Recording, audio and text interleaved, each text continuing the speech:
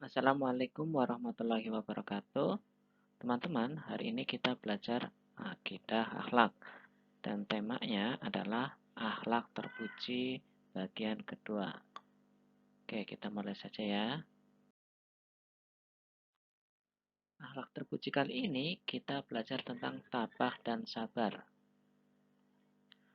Tabah adalah tahan menderita dari hal yang tidak disenangi. Sedangkan sabar adalah kemampuan menahan diri dikala ada godaan. Macam-macam sabar. Yang pertama, sabar dalam menjalankan perintah Allah Subhanahu wa taala. Nah, dalam menjalankan perintahnya kita memang harus butuh sabar ya, karena setan selalu menggoda kita agar tidak melaksanakannya, seperti sholat, beramal, dan yang lain-lain. Yang kedua, sabar dalam menjauhi larangan Allah Subhanahu wa taala. Nah, ini setan juga sangat senang sekali menggoda kita agar kita selalu melakukan hal-hal yang dilarang oleh Allah. Yang ketiga, sabar dalam menerima takdir Allah Subhanahu wa taala. Nah, kita ini perlu sabar juga ya tentang apa yang terjadi pada diri kita.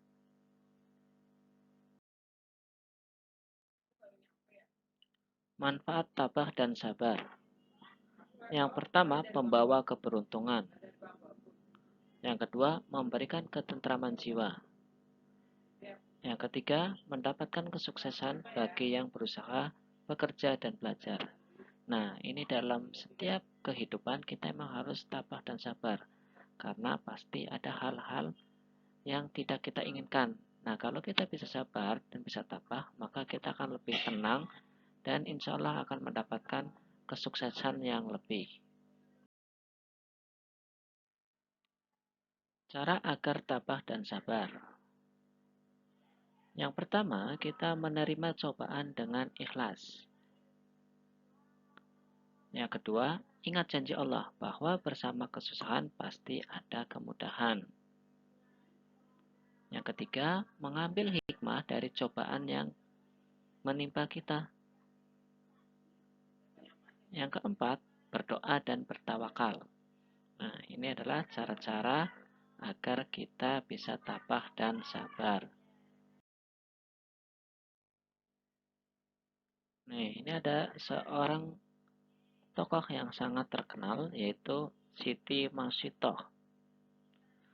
Ketika Rasulullah melaksanakan Isra Mi'raj, beliau mencium bau yang sangat harum. Dan ketika bertanya kepada malaikat, bau harum tersebut ternyata muncul dari kuburan Siti Masitoh. Siti Masitoh adalah seorang pelayan kerajaan Fir'aun pada zaman Nabi Musa alaihissalam. Beliau tabah dan sabar dalam menghadapi cobaan demi mempertahankan keimanannya.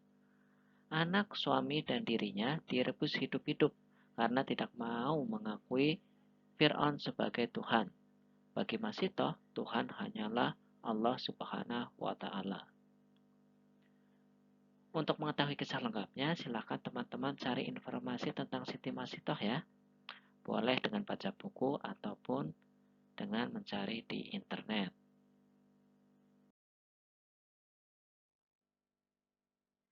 Oke, tugas.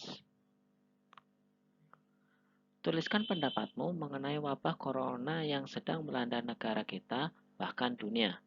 Menurut kamu, perilaku sabar dan tabah apa saja yang harus kita lakukan selama wabah ini belum berakhir?